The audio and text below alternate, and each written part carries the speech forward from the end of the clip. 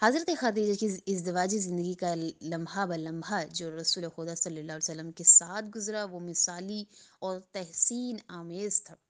آپ نے اللہ کے رسول کے لیے قدم قدم پر قربانی دی۔ یہی وجہ ہے کہ جب بھی رسول اللہ نے ان کی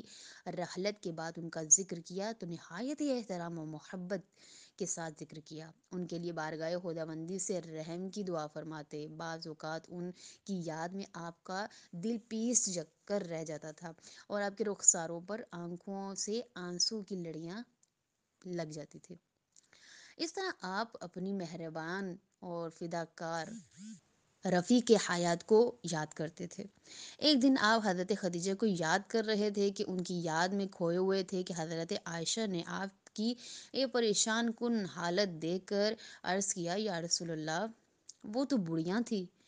ان میں کیا رکھا تھا؟ اللہ نے آپ کو اس سے بہتر اور جوان بیویاں عطا کی ہیں۔ یہ سن کر حق کے شناس پیغمبر صلی اللہ علیہ وسلم نے فرمایا، ہرگز یہ بات نہیں ہے، اللہ نے مجھے اس سے بہتر بیویاں عطا نہیں کی، یعنی جس کی وجہ سے اسلام قائم ہے، جس کی وجہ سے لوگ نماز پڑھ رہے ہیں، یہ اذان ہو رہی ہے، یہ سب کچھ جو اسلام کا ایک بول بالا ہے جس کی وجہ سے ہو،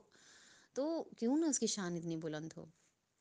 بھی کیا فرما رہے ہیں رسول خدا، وہ مجھ پر اس وقت ایمان لائی جس وقت لوگ میرا انکار کرتے تھے،